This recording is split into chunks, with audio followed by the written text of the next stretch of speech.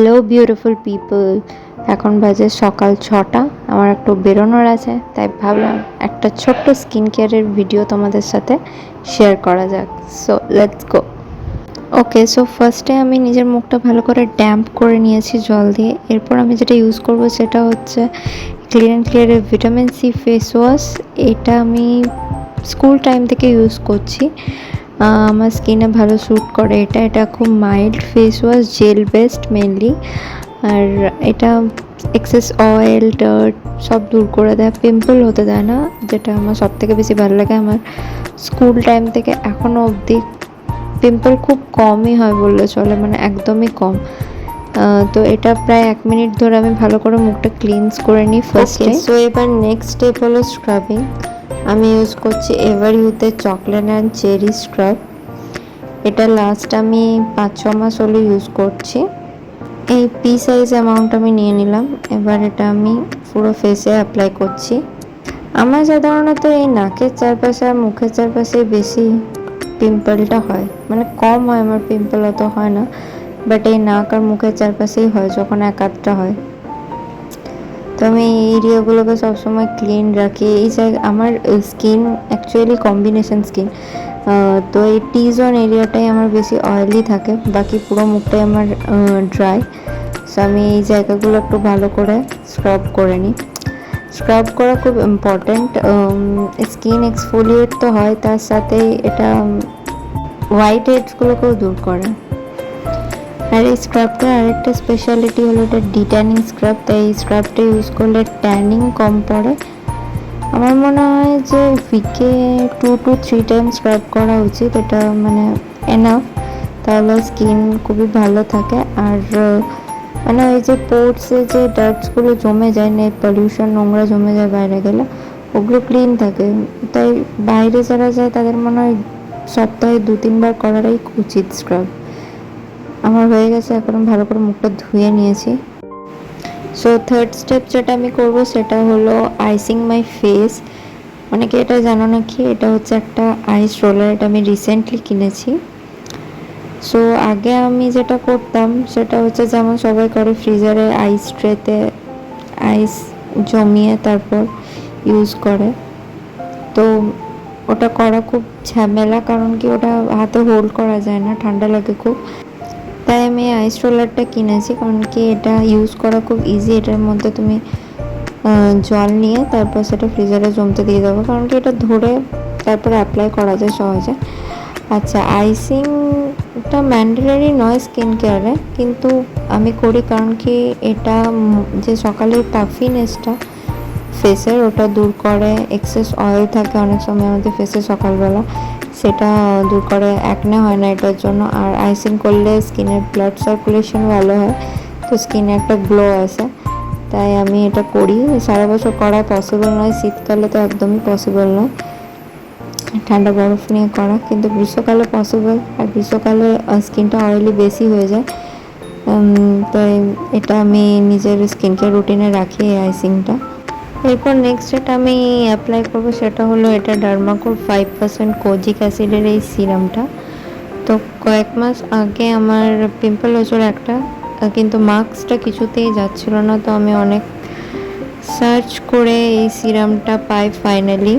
প্রত্যেকটা স্কিন টাইপের জন্য আলাদা আলাদা সিরাম আছে, তো আমার স্কিন টাইপের জন্য এই সিরামটা আই থিঙ্ক অ্যাপ্রোপ্রিয়েট। এটা niacinamide based plus kojic acid mainly আমার স্কিনের জন্য গুড, কারণ এটা অ্যাকনে মার্কসগুলোকে দূর করে, ডার্ক স্পটস দূর করে। আর আমার মুখের চারপাশে স্কিনটা আলাদা কালার হয়ে যেত, মানে দুরকম কালার লাগতো, তো ওই ইভেন স্কিন টোনের জন্য এই সিরামটা খুবই ইউজফুল।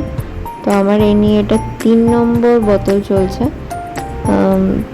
আমার তো খুবই ভালো লেগেছে এই সিরামটা ইউজ করে, খুব কাজেও এসছে। আমার স্কিনটা আগের থেকে অনেক বেটার লাগছে এখন।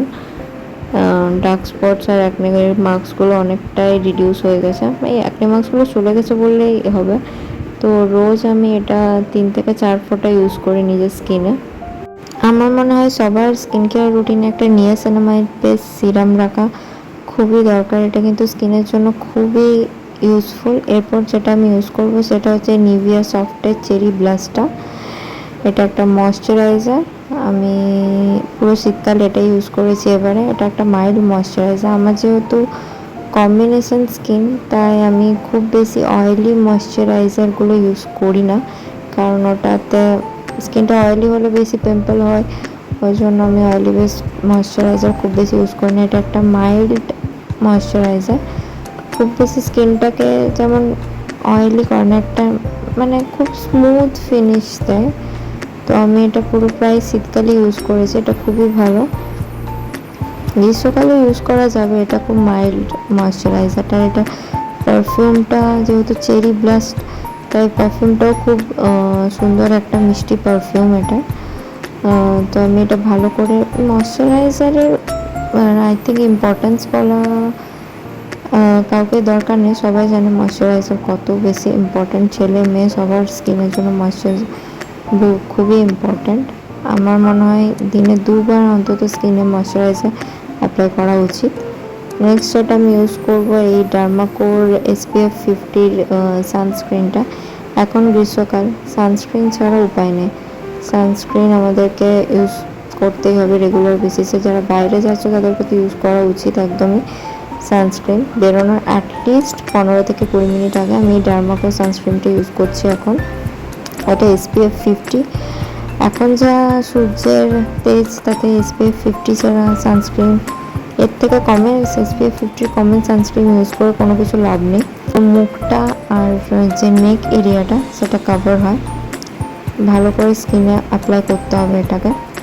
আমি এর আগে লোটাসের একটা সানস্ক্রিন ইউজ করতাম, কিন্তু ওটা আমার মুখটাকে খুবই ড্রাই করে দিত, তো ওটা ভালো লাগতো না আমার। তাই আমি এই সানস্ক্রিনটা ইউজ করে দেখলাম এটা ভালো, মুখটাকে খুব বেশি ড্রাইও করছে না, আবার খুব অয়েলি ভাবটাও রাখছে না।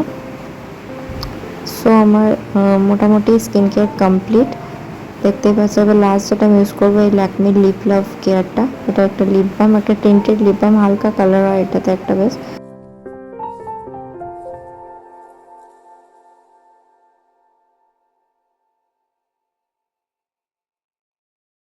ওকে, সো আমার স্কিন কেয়ার এখন কমপ্লিট হয়ে গেছে। আর আগে আমি স্কিন কেয়ার করতাম না, স্কিনের প্রতি অতটা যত্ন নিতাম না, বাট এখন আমি স্কিন কেয়ার প্রোডাক্টসও কিনি, স্কিনের খেয়াল রাখি।